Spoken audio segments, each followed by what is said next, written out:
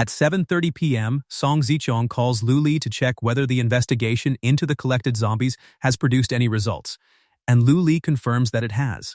The forces under the Jiangcheng Lord are behind it, and every zombie they collect is being transported to the Manhwa container yard near the Jiangcheng wharf. Lu Li explains that she sent people to gather more information, and although it is already time for their agreed meeting, they still haven't returned. Because of that, she feels there is no point waiting any longer. Suddenly, two bodies fall directly in front of Lu Li, forcing her to cover her mouth and muffle her scream. She trembles from the shock, while a man watches her from above, laughing before waving at her, clearly intrigued by how badly she is startled.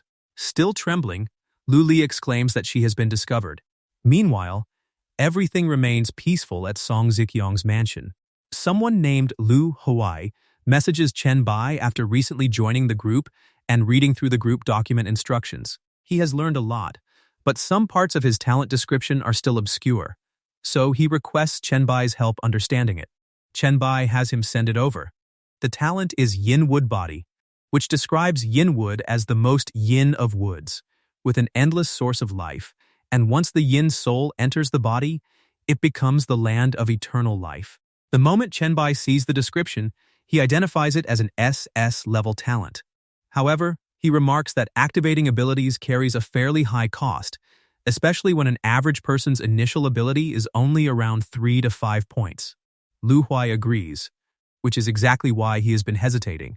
Chen Bai advises that as long as Lu Huai's spirit is not below 3, he should spend spirit to activate Wood Body because Constitution forms the foundation, and he should not turn himself into a glass cannon. Lu Huai reveals that his spirit is 5 and gratefully accepts the advice. Just then, someone hurriedly approaches Chen Bai. It is Song Ziqiang, and the moment Chen Bai sees her, he questions why she is in such a rush. Looking deeply worried, Song Ziqiang explains that Lu Li discovered all the collected zombies were being sent to the Manhwa container yard, but Lu Li has now been captured, and the other side is demanding that she come negotiate. Chen Bai immediately stands and questions whether the captor contacted her directly, startling Song Ziqiang. He then questions whether Lu Li gave her up, leaving her horrified. Song Ziqiang quickly bows before the imposing Chen Bai and insists that she personally raised Lu Li, so she is certain she would never betray them. Besides, Lu Li was commanding from behind at the time, meaning the problem should have come from the people she sent to investigate. With that settled, Chen Bai declares that she will save Lu Li, and Song Ziqiang thanks him. Over at Manhwa Container Yard, Zone B, Lu Li is tied down by the same man from earlier, who directly addresses her by name. The man is Xing Mong, and he remarks that Lu Li does not seem to understand her situation. He has not touched her only out of respect for Song Ziqiang, because if Song Ziqiang chooses to submit once she arrives, she will become her subordinate. However, if Song Ziqiang refuses, then all of them will become his playthings. Lu Li continues quivering as she struggles against her restraints. Xing Mong hands her a drink and proposes another toast, warning her not to spit it out so recklessly this time, but Lu Li firmly refuses and looks away. Suddenly, someone remarks that this is a toast and not a punishment drink, and punishment wine does not taste good. The person is leisurely slicing steak. It is Chen Bai. He comments that there is no grace in forcing it, so perhaps Lu Li simply does not like drinking, leaving both Xing Mong and Lu Li stunned by his appearance. Xing Mong is completely puzzled, wondering when Chen Bai even sat there. Chen Bai turns his attention to Lu Li and questions whether she is hungry before handing her a slice of steak, noting that he already tried it, and it is not bad. Still tied up, Lu Li begins eating the steak he gives her. Now fully on guard, Xing Meng questions Chen Bai's identity. Chen Bai calmly explains that he came to take Lu Li home. Xing Meng sits down and initially assumes Song Ziqiang sent him, but quickly corrects himself. If Chen Bai can get that close without being noticed, then he must be a pioneer as well. At that moment, the ropes binding Lu Li come undone and fall to the floor. Chen Bai instructs Lu Li to leave first since Song Ziqiang is waiting for her in the car outside, and she agrees. Watching this, Xing Meng remarks that Song Ziqiang appears to already be under Chen Bai's control. Chen Bai confirms it. Xing Meng rises and repeatedly remarks that things are getting interesting. In his view, the Queen of Jiangsheng would never surrender so easily, meaning Chen Bai must possess plenty of interesting methods.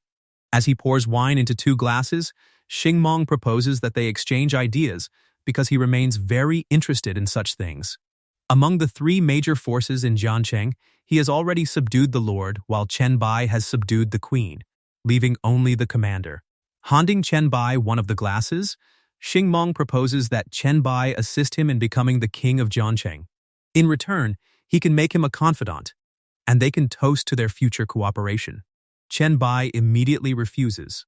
Xing Meng is completely flabbergasted by the response, and the shock causes both wine glasses in his hands to fall and shatter across the floor. He reassures Chen Bai that there is no need to worry because he possesses an S-level talent, the highest level, before questioning whether Chen Bai would rather drink punishment wine instead. Chen Bai recounts that before coming here, he already looked around. Xing Meng is not only collecting zombies, but also creating zombies from living people. And someone with such a powerful ability who only causes harm is useless, so dying early would be better. More importantly, Xing Meng is not worthy of having him as an assistant because his own talent is SSS level. Instead of being intimidated, Xing Meng bursts into laughter and releases his sharp claws. He reveals that his talent is called Slaughter Progression, an ability that permanently transfers part of a killed target's attributes to himself, allowing him to grow indefinitely. Since even this seemingly invincible top-level ability is only S-level, while Chen Bai claims to possess an SSS-level talent, Xing Meng wonders whether Chen Bai is afraid that he could instantly become a god. Chen Bai responds that it is close enough, although he cannot reveal the truth to Xing Meng. In his mind, he considers that Slaughter Progression is an unlimited growth, pure combat-type talent, while the claw is likely equipment. Xing Meng immediately charges forward, calling Chen Bai arrogant and hoping that once he kills him, his attributes will increase enough to make the fight worthwhile. Their two powerful slashes collide in midair as Chen Bai uses his bone claws to counter Xing Meng's attack. Suddenly, Xing Meng's muscles swell dramatically, shredding his shirt into pieces. He identifies Chen Bai's ability as a shape-shifting talent and admits that it is interesting, but the strength behind it still is not enough in his eyes. Chen Bai, however, notices that Xing Meng has activated a skill and suspects that he did not fully reveal everything about his abilities. Since he does not know the effect of Xing Meng's skill, Chen Bai knows he needs to be extra careful. Xing Meng leaps into the air and attacks again, urging Chen Bai to go to hell. Chen Bai responds by activating Heavy Hammer and prepares to meet him head-on. Their attacks collide with overwhelming force, creating a powerful force field around them. At Manakai Container Yard, Xing Meng is thrown into the air when Chen Bai charges at him with his bone claws, but he still manages to land safely. He immediately grabs Chen Bai's arm with his claws, and just as the two prepare to exchange punches again, Xing Meng suddenly opens his fist and blocks Chen Bai's punch with his palm instead. While they struggle against each other, Xing Meng checks whether Chen Bai is all right, remarking that he doesn't seem to have much strength left. He then presses Chen Bai about his SSS talent, urging him to stop hiding his power and finally show what he has. Chen Bai responds that he is already using his talent, but Xing Meng simply hasn't realized it. Xing Meng pushes Chen Bai away and snaps at him to stop bullshitting, but Chen Bai immediately becomes alarmed by what he sees. Xing Meng swings his claws and sends Chen Bai crashing toward one of the containers, then grins as he taunts that Chen Bai's strength, physique, and agility are all lower than his. Yet, he keeps pretending to be strong. Xing Meng declares that Chen Bai's little tricks are meaningless in front of absolute power, only to trail off when his hand suddenly starts trembling. His confusion deepens as he begins coughing blood, and system notices immediately bombard him, revealing that several different viruses have exceeded the limit of his physical immunity and are causing his attributes to decrease. The system then applies multiple negative buffs, including fear of light and water, abnormal body temperature, slow thinking, slow movement, and increased stamina consumption. Xing Meng is horrified by the sudden changes and demands to know what is happening. Emerging from the wrecked container, Chen Bai remarks that Xing Meng's physique really is impressive since it takes this long for the virus to take effect, then wonders how it feels to suffer from so many illnesses at once. Enraged, Xing Meng calls Chen Bai a sneaky bastard and charges straight at him. However, he is already severely weakened, allowing Chen Bai to easily drive his bone claws through his chest. Chen Bai activates Evolution Devour and reminds him that he already warned him that he was different, but unfortunately, Xing Meng refused to believe it. As the vine-like aura completely wraps around Xing Meng, Chen Bai announces that he will absorb him first and collect the proceeds afterward, hoping they won't disappoint him. Xing Meng's claw falls to the ground, and the system notifies Chen Bai that the evolved human has been absorbed. The blacklight virus completes its initial awakening, significantly increasing its attributes and turning those increases into the base attributes of the virus monarch's own body. At the same time, the system reveals that blacklight devouring has evolved, allowing Chen Bai to choose to view part of his target's memories while also gaining a low probability of obtaining any mastered skills from his opponent. Chen Bai remarks that the blacklight virus attribute bonuses have changed from active use enhancements into permanent base attribute bonuses, which is a massive benefit. Previously, it granted 30% more strength, 20% more spirit, and 100% more regeneration, so he checks how much has been added now. The system reveals that the blacklight virus has increased strength, agility, and physique by 50 points each, spirit by 40 points, and life regeneration by 200%. Looking over his character profile, which identifies him as evolved human number 01, Chen Bai notes that each element has increased by 20 points as expected, with all of them directly added to his basic attributes. He then picks up Xing Meng's claw from the ground and observes that he can no longer afford to casually play around, because ordinary people with basic attributes below 5 are far too fragile for him now. Looking through the system screen, Chen Bai notes that Xing Meng was quite lucky to possess so much equipment, along with blueprints and consumables. He concludes that Xing Meng must have killed mutant zombies, since otherwise it would have been impossible for him to possess attributes and equipment exceeding his own. Among the rewards, Chen Bai obtains the Zombie Claws, an E-level piece of equipment, along with Biohazard Disaster, a C-level production blueprint. The blueprint immediately surprises him, prompting him to remark that Xing Meng's luck attribute must have been unusually high. Chen Bai closes the system screen and declares that everything Xing Meng owned now belongs to him.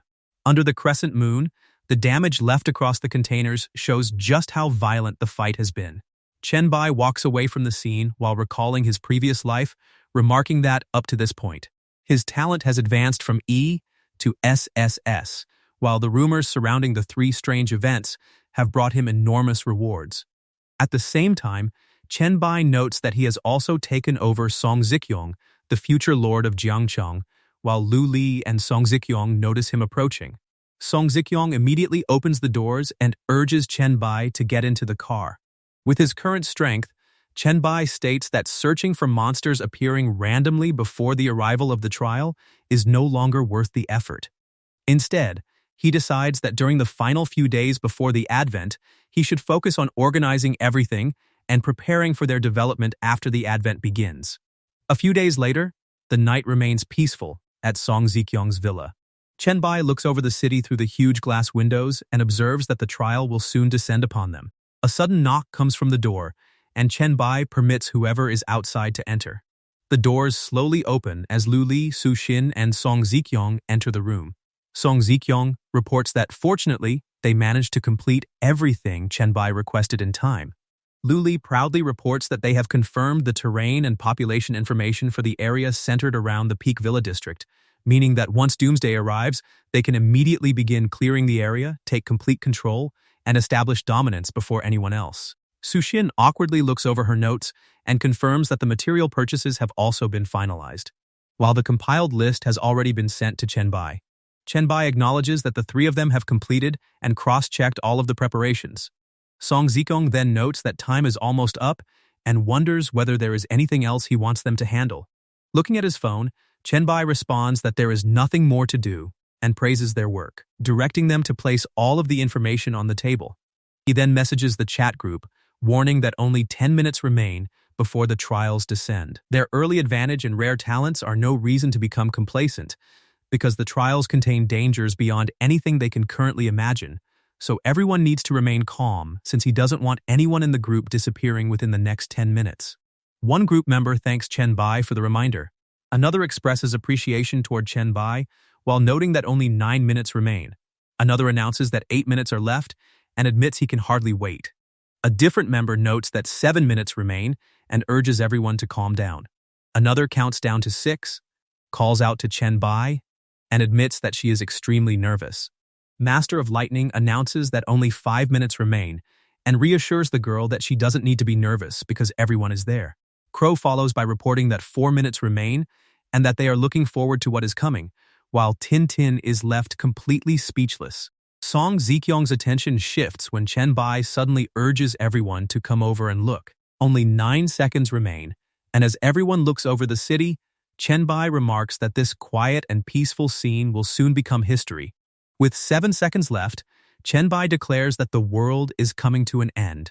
Song Gae is already trembling and calls out to Alan, admitting that only 5 seconds remain and that she is a little scared. Alan reassures her that she doesn't need to be afraid. 4 seconds remain as both Sushin and Song Zikyong anxiously look outside. 3 seconds remain, and Lu Li looks extremely anxious. With only 2 seconds left, Chen Bai appears completely excited. Then, the clock reaches 0. On June 15th, the advent of the trial finally arrives, the entire city turns red, and everything collapses in an instant.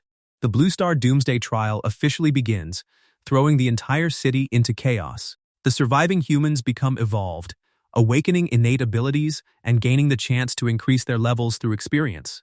At the same time, other races born from the trial enter this deadly race for survival.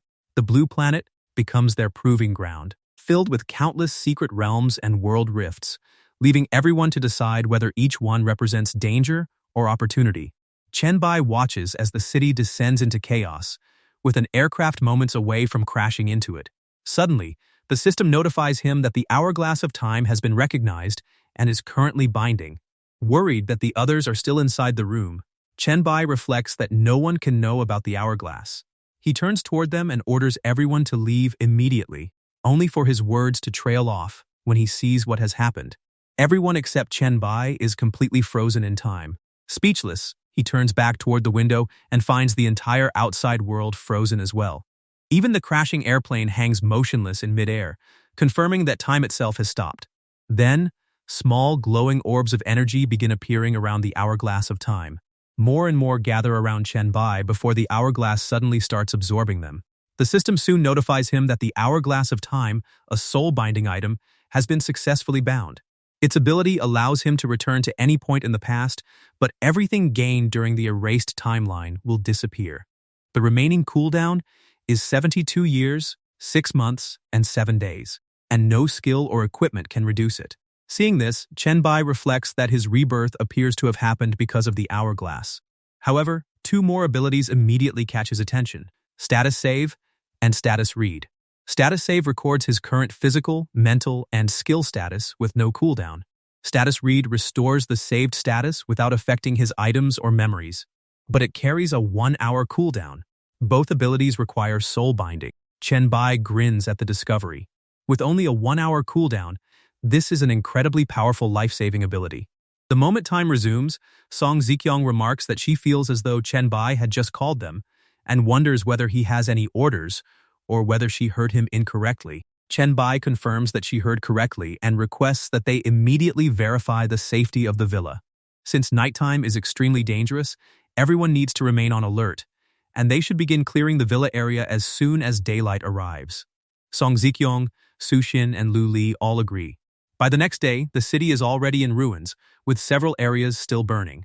Meanwhile, at Song Zikyong's villa, a large group of zombies charges toward her and Chen Bai. Song Zikyong immediately activates Amethyst Eyes, an S-class talent capable of transforming objects into amethyst or illuminating amethyst for offense and defense, with its power increasing alongside mental strength. She summons a sword and charges forward before using Insight Crystal, a skill that reveals a target's attributes, though its effectiveness changes depending on the difference in mental strength. She identifies the enemy as an ordinary adult male zombie with normal strength. However, its scratches and bites carry the zombie virus, while its weakness is the head. With that information, she swings her sword and eliminates the zombie by beheading it. Elsewhere, someone stands on high ground behind a horde of zombies. It is Alan, whose A-class assassin talent makes her breath invisible and undetectable. While inside shadows, her strength and sensitivity increase alongside 30% additional agility, while her first attack against a target gains 100% increased attack speed. She jumps down and begins cutting through the zombies in sight with the knife in her hand. Back inside Song Zikyong's villa lobby, a bodyguard enters while carrying an injured man and reports that they have wounded survivors. Su Xin is already treating them with her B-class high-speed recovery talent, which accelerates the recovery of her own injuries and stamina and can also be actively used on others. Turning toward the bodyguard, she instructs him to give the man zombie serum so he can be treated immediately. By evening, the villa has already become peaceful. Chen Bai approaches Lu Li and remarks that things seem to be progressing well. Lu Li agrees, explaining that because of his earlier arrangements, they now have both the territory and the manpower available to them. Looking toward the people standing guard, she adds that no accidents have occurred so far. Chen Bai leaves the matter in her hands because he has something more important to handle, catching Lu Li off guard before she reluctantly agrees. The next instant, Chen Bai suddenly jumps from the ground, creating a powerful gust of wind that blows up Lu Li's skirt. A short while later, someone races along Jiangcheng Mountain Road at incredible speed. It is Chen Bai. As he runs, he reflects that during the early stages of the Doomsday Trial, the inability to use certain things such as vehicles and firearms makes traveling troublesome. Still, with his current speed, he should be able to reach his destination in time. Chen Bai then recalls the first day of the Doomsday, when he saw a mysterious sign appear in the sky above Jiangcheng City University. It took him a long time to understand what that sign meant, and by the time he finally did, it was already too late for regret. This time, he is determined to seize that opportunity. Before long, Chen Bai reaches Jiangcheng University and eliminates several zombies that rush to attack him with his skill. Looking toward the sky, he declares that it is about to happen, the very sign every evolver desperately wants to see. When light finally appears overhead, Chen Bai recognizes it as the sign that the avatar of God has descended. More importantly, it is nearby, directly ahead. As Chen Bai continues running, someone suddenly calls out and requests that he wait. The man grins, remarking that there are not many people as strong as Chen Bai during the early stages of the trial. Introducing himself as a merchant, he offers Chen Bai the chance to conduct some business. Chen Bai smiles and responds that doing business with him would be an honor. The man dismisses the praise, explaining that he is merely a trade merchant and hardly worthy of such respect. However, Chen Bai reveals that he has long heard of his name, and after seeing his symbol, he has been looking forward to meeting him. He praises the man as kind, fair, generous, wealthy, and powerful before bowing respectfully. Then, with complete confidence, Chen Bai addresses him as the god of trading, Lord Leto. Lord Leto appears pleased as he remains there with a grin. Jiangcheng University looks incredibly dilapidated. At that moment, someone hands Chen Bai a card, remarking that he is flattered and can already see that they are destined to meet, so he will give him a meeting gift. And while handing over the card, he explains that it is his gold membership card for the Goblin Chamber of Commerce. Whenever Chen Bai purchases items there, he can enjoy a 12% discount. Chen Bai recalls that in his last life, Lord Leto was completely immune to compliments and praise, so being quick on the uptake is clearly the right approach. He thanks Lord Leto and praises him for being every bit as generous and kind as people claim. Since Chen Bai is willing to trade, Lord Leto decides to show him his products. The first is the Grade S Thunder Walker Scroll, a powerful profession that harnesses thunder capable of destroying enemies, while also granting extremely powerful melee combat abilities with a redemption price of 500 W gold coins. The second is the S-Rank Reaper's Touch Legendary Sniper Rifle, which can only be used by firearms professions. It is the work of the Dwarf God, a close friend of both the goblins and Lord Leto. Chen Bai is astonished when he recognizes the Thunderwalker profession scroll from his previous life. He never expected it to have been purchased from here, especially with so many other precious profession items available as well. However, he apologizes to Lord Leto, explaining that while he wants to buy all of them, he simply cannot afford them right now. Lord Leto already knows this, since evolvers naturally have very little currency at the beginning of the trials, but his products are certainly not junk. He encourages Chen Bai to work hard and become rich, looking forward to trading with him again in the future. Leaving Chen Bai completely speechless, Lord Leto turns to leave, but Chen Bai stops him by mentioning that although he cannot afford his products, he has heard that gods cannot directly participate in the trials. Instead, they need to invest in evolved beings if they want to profit from them. With that in mind, Chen Bai concludes that Lord Leto must have come here intending to invest. Lord Leto looks pleased and calls Chen Bai a knowledgeable little guy before wondering whether he wants his investment. Chen Bai reveals that he has heard Lord Leto possesses a treasure coveted by every god, something no evolver could possibly refuse, and if he invests it in him, he will not regret it. Lord Leto materializes a seat and sits down, pointing out that an investment must be profitable. Since this is something every god would covet, Chen Bai needs to explain what makes him capable of returning more value than the treasure itself. Looking intently at Chen Bai, Lord Leto makes it clear that even if Chen Bai admires him, he will never conduct a business deal that brings him a loss.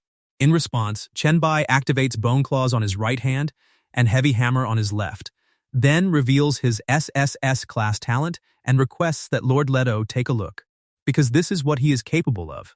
After seeing the SSS level talent, Lord Leto applauds him, finding it extremely peculiar and unlike any talent he has encountered before. He admits that the Blue Star trial ground is certainly interesting and tempting, but he still has no intention of investing anything this early. Even so, Lord Leto rises from his seat and decides to give Chen Bai a chance. He warns him to cherish the opportunity, because if he were not so gifted and completely free of another god's aura, Lord Leto would never have agreed. Chen Bai becomes excited and wonders whether that means he can obtain the precious investment. Lord Leto waves a finger, making it clear that this is still not enough. Talent does not represent the future, and even among the gods, some possess talents below A level. If Chen Bai wants his high-level investment, he will need to prove his worth through his own strength and growth. Right then, the system delivers a mission notice. The god of goblins and trading, Leto, has issued Chen Bai an SSS-ranked mission known as the Ultimate Investment, giving him the option to accept it. Without hesitation, Chen Bai accepts. Lord Leto flicks a coin toward him, explaining that once he completes the mission, he can use it to summon his shadow, and he hopes Chen Bai will not keep him waiting too long. Chen Bai catches the coin effortlessly, then calls out to Lord Leto, wondering whether he can at least see the treasure coveted by all the gods. Lord Leto agrees and reveals the SSS-grade special item, the Dual Profession Scroll. It allows its user to possess dual professions while letting the attribute growth, attribute bonuses, and skills of both professions take effect at the same time. Chen Bai immediately becomes excited when he sees that the item grants dual professions. With the transaction concluded, Lord Leto prepares to leave. As his figure begins to disappear, he remarks that today's harvest has been quite pleasant, and hopes Chen Bai can successfully complete the mission. A few moments later, once Lord Leto is gone, Chen Bai opens the mission panel. The mission description states that if Chen Bai wants to receive the most valuable investment from the smartest and greatest goblin, as well as the god of trade, he first needs to provide enough proof. His objective is to locate a special copy of the secret realm within Zhongcheng University, defeat the creature inside that has caught Leto's interest, and obtain a part of its body to give him. However, the reward will be decided entirely by Leto. Seeing that condition, Chen Bai can only conclude that Lord Leto truly deserves to be called the god of trade. Still, Lord Leto had an excellent reputation in his previous life, so as long as Chen Bai performs well, he is confident he will not suffer a loss. What troubles him more is the secret realm itself. He never knew Zhongcheng University possessed one during the early days, which means it must have been extremely well hidden. Chen Bai starts moving while considering where he should begin searching. Meanwhile, inside the Zhongcheng University gymnasium, the entrance has been heavily barricaded. 3 people appear to be bullying everyone else inside. Several men have already been beaten and thrown onto the floor, while the women nearby look troubled. A large muscular man is beating the others while another man and woman watch his back. He orders everyone to take off their clothes and plead to become his slaves in a way that pleases him, threatening to kill them otherwise before contemptuously calling them lowly. The beaten men are furious, and one of them curses the muscular man as a white bastard, declaring that such a thing will only happen in his dreams. The muscular man responds with a sinister smile, warning that if they are so eager to die, he will grant their wish, though he has no intention of letting them die easily. At that moment, the voluptuous woman standing behind him approaches. She warns Tom that he is going too far. Tom immediately slaps her across the face, insults her, and orders her to get lost. Then the gymnasium door is suddenly destroyed, The barricade explodes apart as dust and debris spread across the entrance, startling everyone inside. Chen Bai is the one who destroys the door. He calls Tom a foreigner and demands to know whether he is the one who beat those students. Tom proudly admits it, challenging Chen Bai over whether he has a problem with what happened, completely unaware that Chen Bai has already vanished from where he was standing. Tom and the other man are startled when Chen Bai suddenly appears directly in front of them with bone claws already active. Without hesitation, Chen Bai mauls Tom with his claws and condemns him to hell. The other man immediately becomes agitated and charges from behind, throwing a punch at Chen Bai. Blood suddenly sprays across the area, with some of it splattering across the woman's face as she looks horrified by what she sees.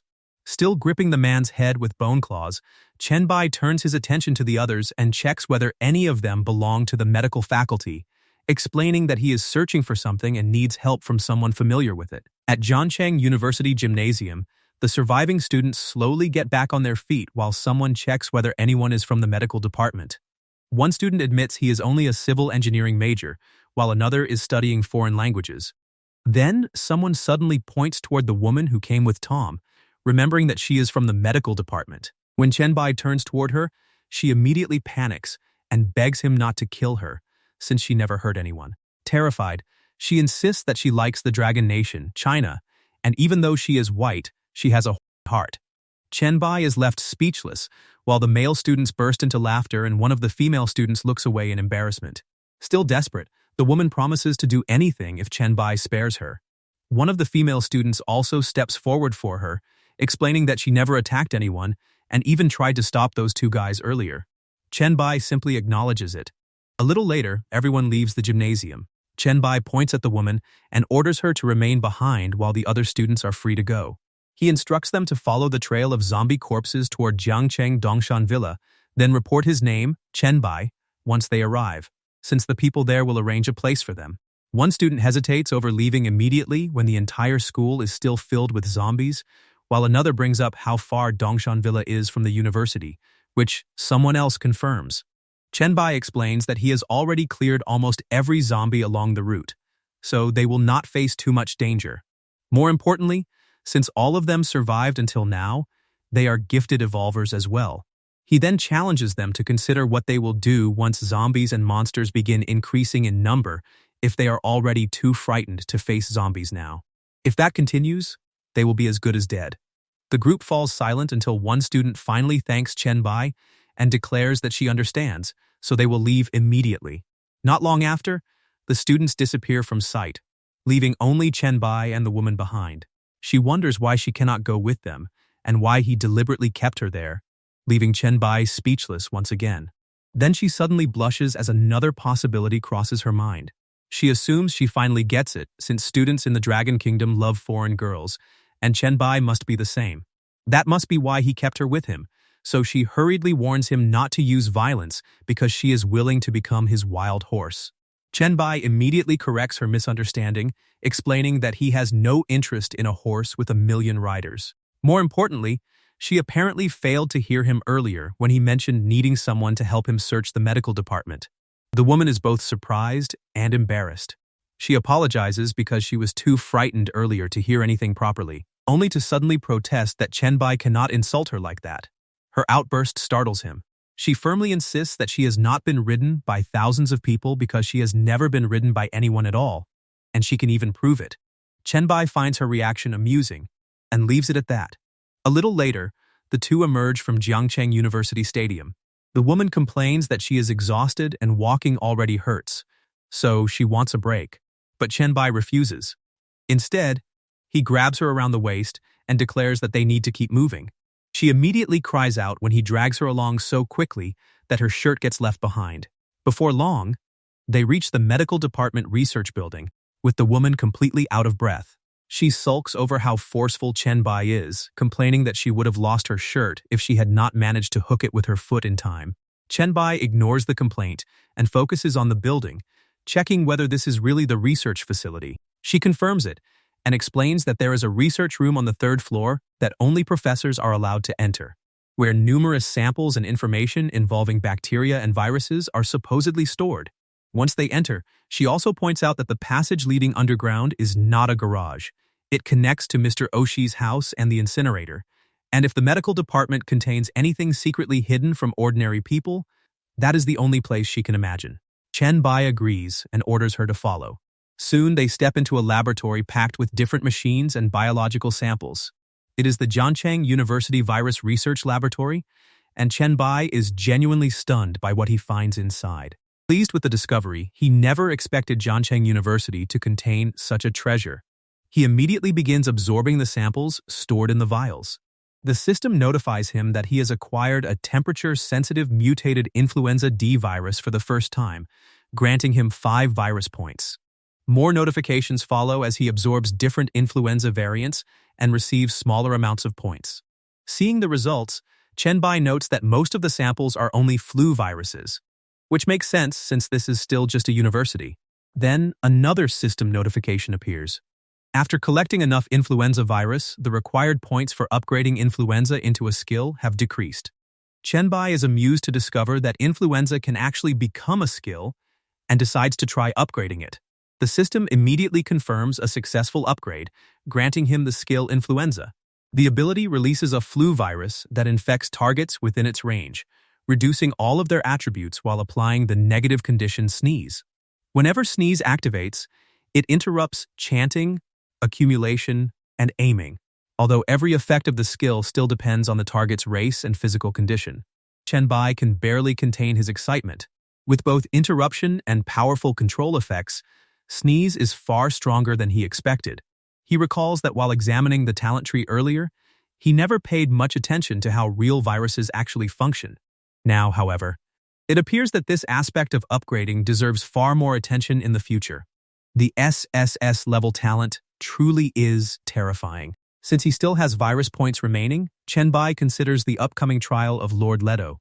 It definitely will not be simple, so improving his strength first is the safest choice.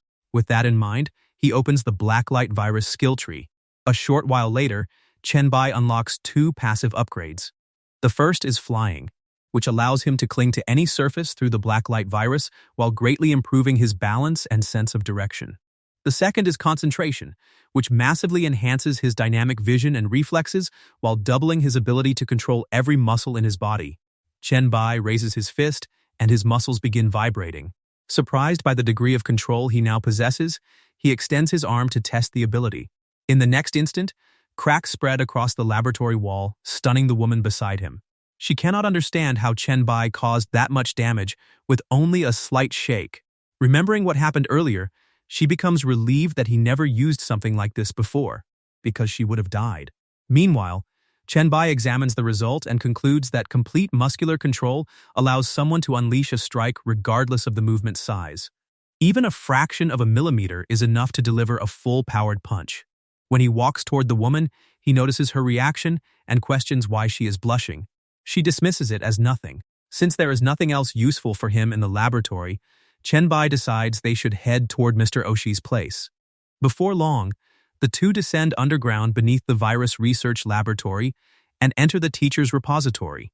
The woman grows frightened by the darkness, calling to Chen Bai because there is no electricity anywhere down there. Chen Bai suddenly stops and warns her not to move because he can feel something ahead. However, she cannot stop in time and crashes straight into his back. They are now standing directly in front of the incineration room. Chen Bai confirms that this is the place. The doors swing open. He enters the incineration room and orders the woman to remain outside, but she protests that she is scared. Chen Bai ignores her and approaches a strange array. Immediately, the system checks whether he intends to enter the dungeon known as the Cold Incinerator, with a recommended level ranging from 5 to 10. Chen Bai extends his hand toward the array and confirms his choice. In an instant, he is transported into a room filled with beds. The system announces that he has entered the special dungeon, Cold Incinerator. Successfully clearing it will allow the dungeon to exist permanently, but if it remains uncleared for 2 days, it will disappear forever. Seeing the notification, Chen Bai finally understands why he never heard about this place before. Then, the covered bodies lying across the beds begin moving. Chen Bai immediately activates Bone Claws, preparing for what is coming. The bodies reveal themselves as mutant zombies, and some possess multiple limbs that allow them to cling directly to the ceiling. One mutant zombie clings to the ceiling and attacks Chen Bai from above, while the other charges straight at him. Chen Bai immediately activates Bone Claws, unleashing several slashing attacks. After taking down the mutant zombie on the ground, the system notifies him that he has killed a level 5 resurrected body and gained 400 experience points. At that moment, Chen Bai notices the mutant zombie on the ceiling absorbing and gathering energy inside its mouth. It fires a powerful whirlwind of energy toward him, but Chen Bai manages to dodge the attack. He remarks that it is no wonder they did not rush him together, since this attack is what it has been preparing all along. He then jumps off the floor, commenting that the mutant zombie's forward thrust is a little too slow. Activating Heavy Hammer, Chen Bai declares that the mutant zombie can go to hell before punching it with tremendous force and sending it crashing into the ceiling. The system immediately notifies him that he has killed the level 7 Splicer infant spider and gained 1,000 experience points. As Chen Bai lands on the floor alongside the dead zombie, he remarks that this really is a special dungeon packed with experience points.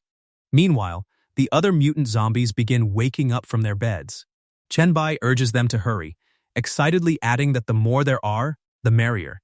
He then attacks the mutant zombies without mercy, cutting them down one after another as the system repeatedly awards him 400 and 1,000 experience points.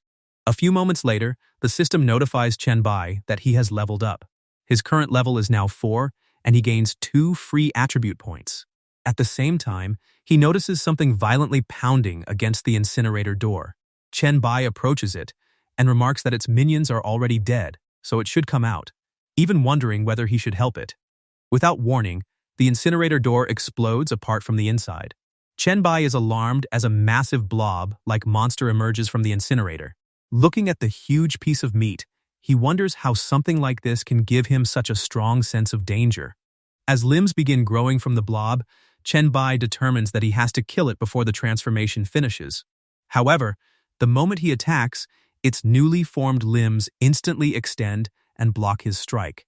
Chen Bai then releases his evolved flu virus toward the mass of flesh, but while a torso begins forming, the system notifies him that the skill has no effect on the target. The creature immediately counterattacks and sends Chen Bai flying.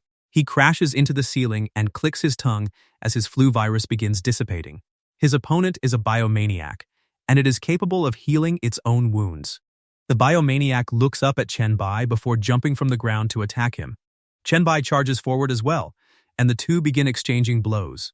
Every injury Chen Bai inflicts is quickly repaired through the biomaniac's high-speed regeneration. Chen Bai remarks that ever since he was reborn, he has not had a chance to fight with all his strength, and if a few more days pass, his hands and feet might become rusty. Because of that, he decides to use the biomaniac to recover a little of his strength. 1 hour later, the battle is still going, with the biomaniac continuously relying on high-speed regeneration to recover from his attacks. Finding the situation interesting, Chen Bai wonders whether its regeneration is actually infinite. He activates Status Read, while the Hourglass of Time restores his body to the mint condition recorded when it was saved. With his body renewed, Chen Bai decides to see whether the biomaniac is truly immortal. Another hour passes, and the biomaniac finally loses a limb. Chen Bai notices that its recovery is taking much longer now, and wonders whether its healing will eventually stop completely. After another hour, the biomaniac trembles before slumping onto the floor. Chen Bai is left disappointed, remarking that he has not even played enough yet. 1 more hour later, the biomaniac has reverted to its earlier form, becoming nothing more than the blob of meat again. Chen Bai observes that it appears unable to recover anymore. He remarks that the fight was fun, but it is almost time to end things. Chen Bai steps on the blob of meat, causing it to burst apart across the area. The system immediately notifies him that he has killed the level 8 boss, Biomaniac, and gained 10,000 experience points. His level rises to 5, granting him another 2 free attribute points. While the system also confirms that the dungeon has been successfully cleared, and he may leave at any time. Another notification follows, revealing that the cooled incinerator dungeon has now been made permanent with a cooldown of 3 days. The system then offers Chen Bai the option to upload his clearance process as a paid video guide, with all payments belonging to the uploader. It further explains that he can hide his face, ID, and name while also choosing the viewing price. Chen Bai agrees to upload the guide while hiding his appearance. Meanwhile, Inside Song Zikyong's villa in the Dongshan Villa area, Su-shin is in a room with Song Zikyong, healing her. Song Zikyong suddenly looks surprised after finding something white, leaving Su-shin puzzled. An announcement appears in the group chat, revealing that Evolver White has released a nightmare-level mystery dungeon clearance video for Cooled Incinerator, with the viewing price set at 1 copper coin. Both Song Zikyong and Su-shin immediately agree that they should watch it. Other Evolvers in Chen Bai's group chat begin watching the video as well. Some are excited, while others become worried. Alan is astonished by the footage and remarks that everything is happening so quickly that she has to slow the video down just to see it properly. Another member, a young man, is ecstatic, praising the footage as an incredible and fierce fight. A muscular man, however, points out that something is wrong. The monster's recovery ability appears stronger than Chen Bai's, making him wonder whether fighting it this way is really appropriate. Another member, a young lady, is glad to see that Chen Bai has completely recovered. Messages quickly begin flooding the group chat. The member named Heir to the 5 Lightning Whips declares that her legs and lilies will always bloom for him. Leaf complains that she is awful before wondering when Chen Bai is coming to Yingcheng, adding that they will be there to welcome him. Tyrant comments that Chen Bai's instant recovery ability appears to be limitless. Crow admits that they are already at their limit when facing 10 zombies, then wonders whether the gap between SS rank and SSS rank talents can really be this enormous. I'm really not a sword fairy questions why level 5 to 10 bosses are already this powerful, finding it completely illogical and wondering how anyone is supposed to grow to that level by level 10. The only trash in the group suggests that there may actually be another method for clearing the dungeon, but Chen Bai's overwhelming power has simply broken all the normal rules. True Void agrees, believing that the only trash in the group is probably correct and that Chen Bai is simply too strong for anyone to figure out the intended solution. Back inside the Cooled Incinerator dungeon, Chen Bai finishes absorbing the mutant zombies he defeated. The system notifies him that he has consumed a special complex mutant, granting him 300 Blacklight virus evolution points. Chen Bai notes that the Blacklight virus has its own evolution points, separate from the virus points connected to his talent, and these points can only be used to evolve the Blacklight virus's own abilities and skills. Even so, he remarks that the result is still pretty good. The system then announces another evolution. The Blacklight virus increases his recovery speed by 300%, which triggers its passive ability and grants him the Biomaniac skill, grade a cell regeneration. The system explains that cell regeneration is a passive skill that allows him to consume a certain amount of stamina or another form of energy to regenerate as quickly as possible. It can even regenerate a severed limb, and the ability can be switched on or off. Seeing this, Chen Bai is pleased, remarking that obtaining a passive skill already has a low probability, yet this one is still an A-level skill. With that settled, Chen Bai finally turns his attention to what the nightmare-level boss dropped. He approaches the 3 shining items lying on the floor.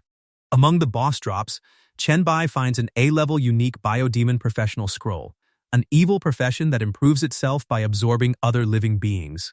It can stimulate its own cells to greatly enhance strength and recovery, but excessive absorption may cause gene disintegration or mutation, with the final consequences remaining unknown.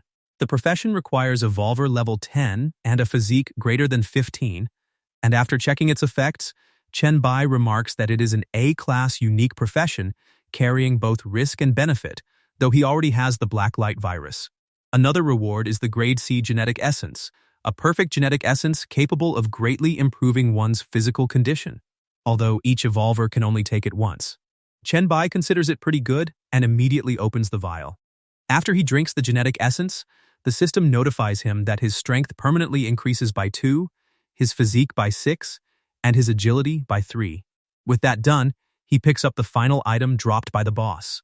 Chen Bai stretches it out in front of him and remarks that it looks strange, wondering whether it is some kind of special item or equipment. The system identifies it as the Grade D Special Defense Faceless Skin, a special skin product containing multiple genes with excellent defensive properties that can also alleviate sagging skin. Equipping it increases agility by 10, physique by 10, and defense by 10, while it also comes with 2 functions. The first is body shaping, where long-term wear can improve body shape, with a better effect on women. The second is dynamic skin, allowing one to change the color and shape of any part of one's body according to their own ideas after wearing it. Chen Bai studies the description for a moment and remarks that the explanation for dynamic skin is a little ambiguous, wondering whether it actually changes the body or simply functions as an equipment effect. Just as he is about to store the faceless skin in his inventory, Chen Bai notices the other items he picked up from the monsters earlier. After looking through them, he concludes that they are all ordinary pieces of equipment that can be worn as inner armor, though they are still decent enough. Then Chen Bai spots a skill book and immediately considers it a nice find.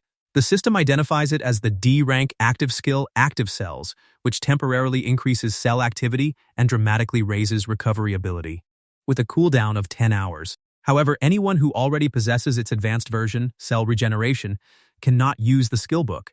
Chen Bai does not mind, since life-saving skill books like this can always be traded for something else through the chat room.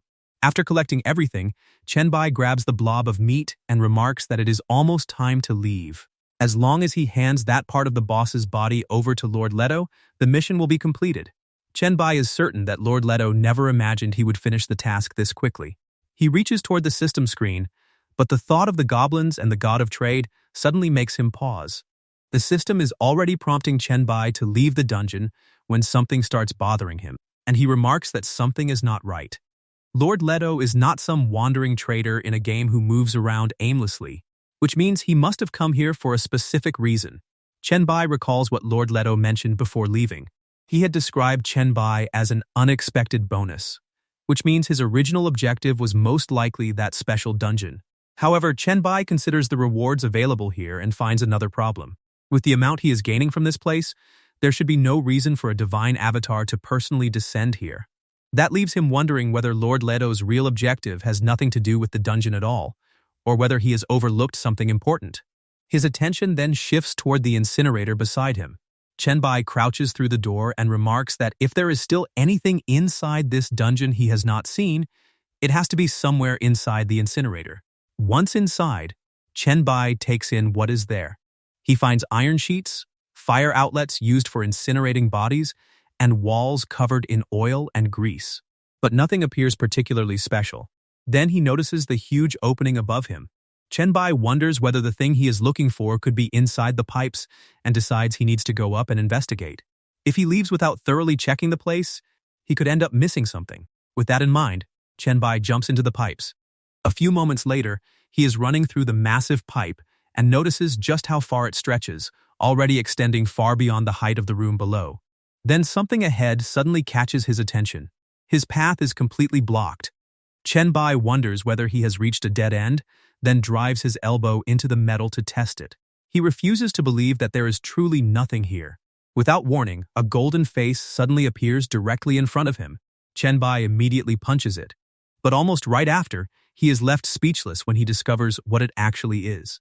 The system identifies it as an unknown mask and explains that the main cause behind the incinerator's phenomenon is an unknown object connected to the mask's appearance, which seems to possess miraculous functions and effects.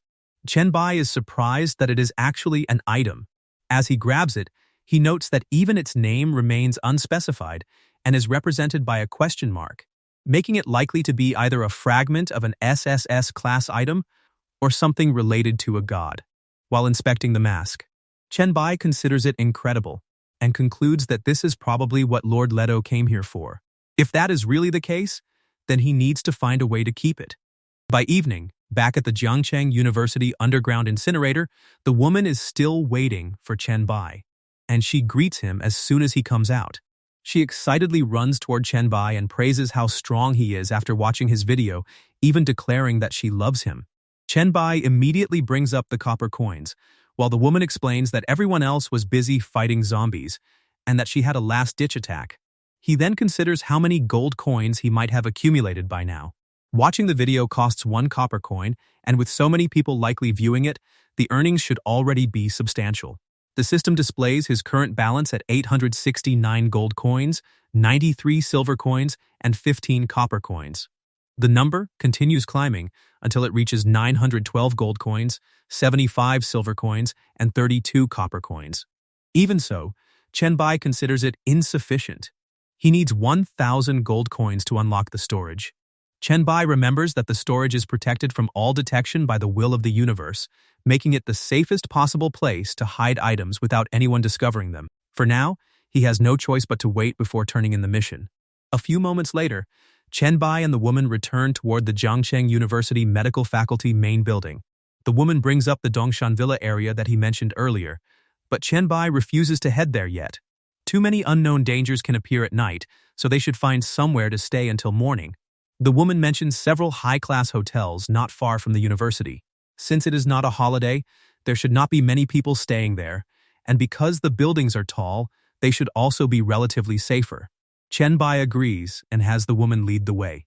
A few moments later, they arrive at a love hotel near Jiangcheng University. After entering one of the rooms, the woman changes into a nurse outfit, but Chen Bai immediately remarks that he does not like that one. The woman apologizes and explains that she assumed he chose this kind of hotel because he wanted to see something like that. Chen Bai admits that he would like to see such a thing, just not what she is currently wearing. The woman then goes to find something else. She returns in a police outfit, but Chen Bai remarks that she lacks the proper spirit and has her change again. Next comes a teacher's outfit, but Chen Bai finds her not well behaved enough for it and once again has her change. She then tries a school uniform, only for Chen Bai to find it boring since she is already a student, and he wonders whether the hotel has anything more interesting. Eventually, the woman changes into a revealing cat costume and waits for Chen Bai's opinion. He considers it for a moment and finally seems satisfied. Chen Bai remarks that this one is not bad, then declares that the woman will be his pet for the night and has her come toward him.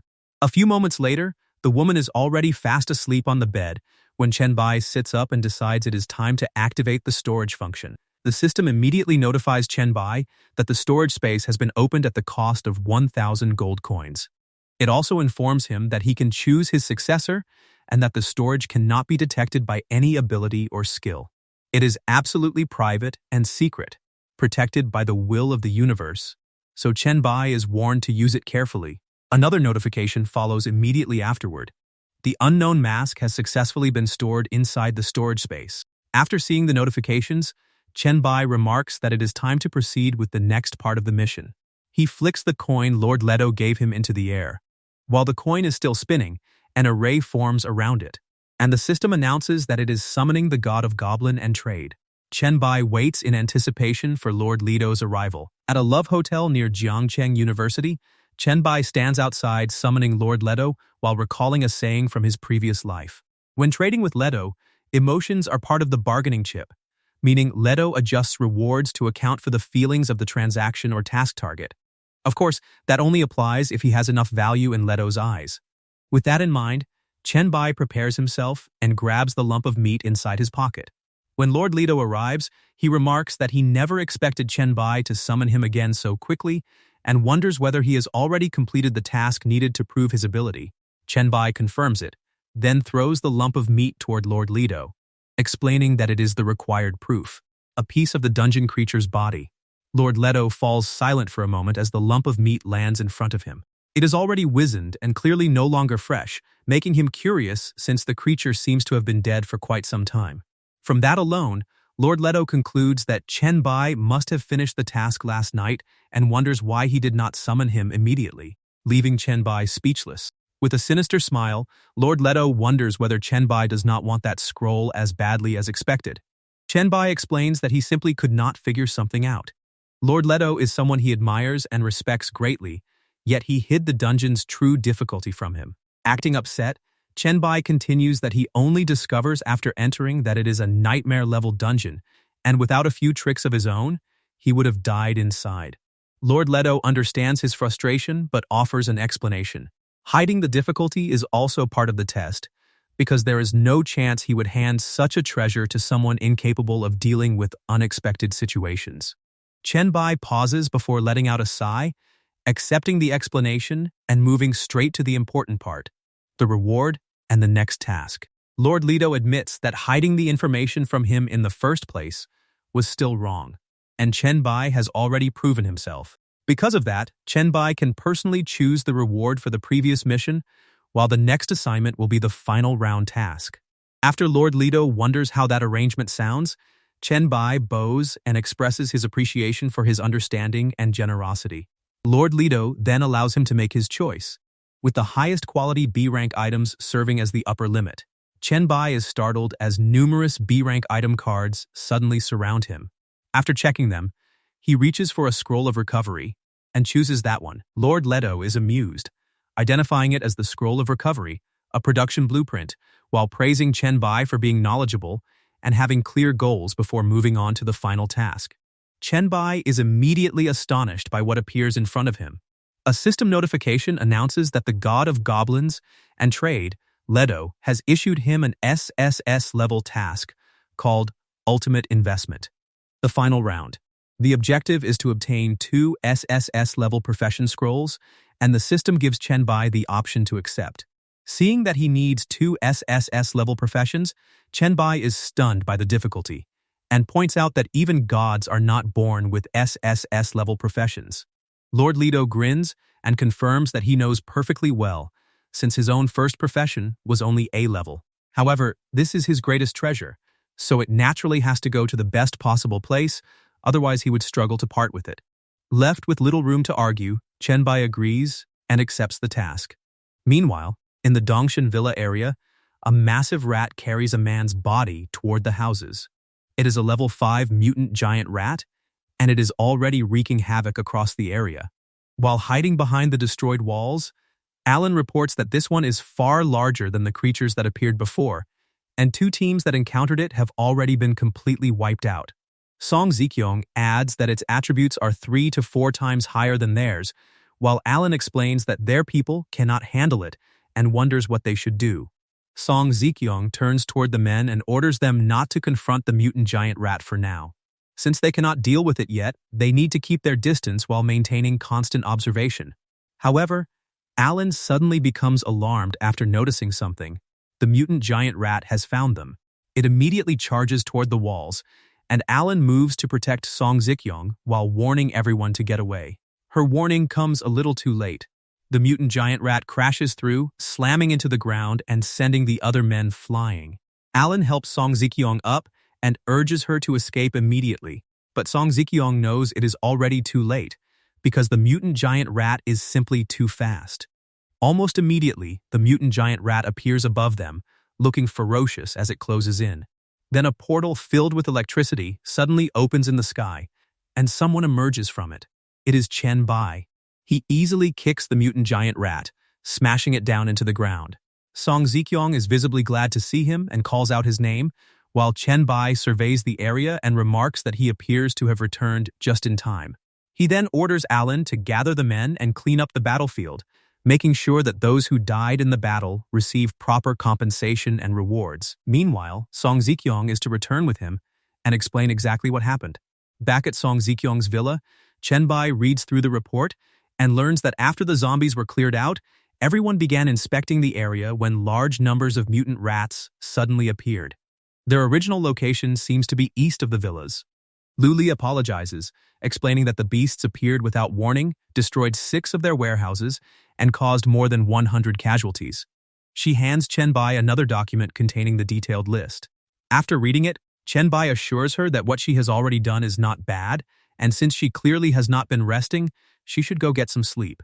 He will personally clear out the remaining mutant rats in the villa area and investigate their source along the way. Song Zikyong thanks Chen Bai for his concern, but points out that it would be inconvenient if everyone went to rest and nobody remained to take care of him.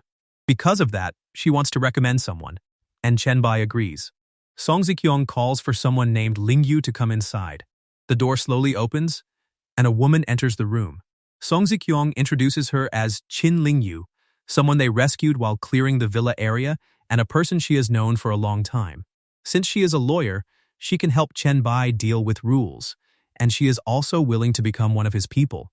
Chen Bai allows Qin Lingyu to stay, then dismisses everyone else so they can rest. A few moments later, only Qin Lingyu and Chen Bai remain in the room. Blushing, she assures him that if there is anything he needs her to do, he only has to let her know. Chen Bai raises her chin and remarks that he has heard Qin Lingyu is quite sharp-tongued in her profession, so he wants her to come over and let him experience it for himself. Qin Lingyu immediately agrees,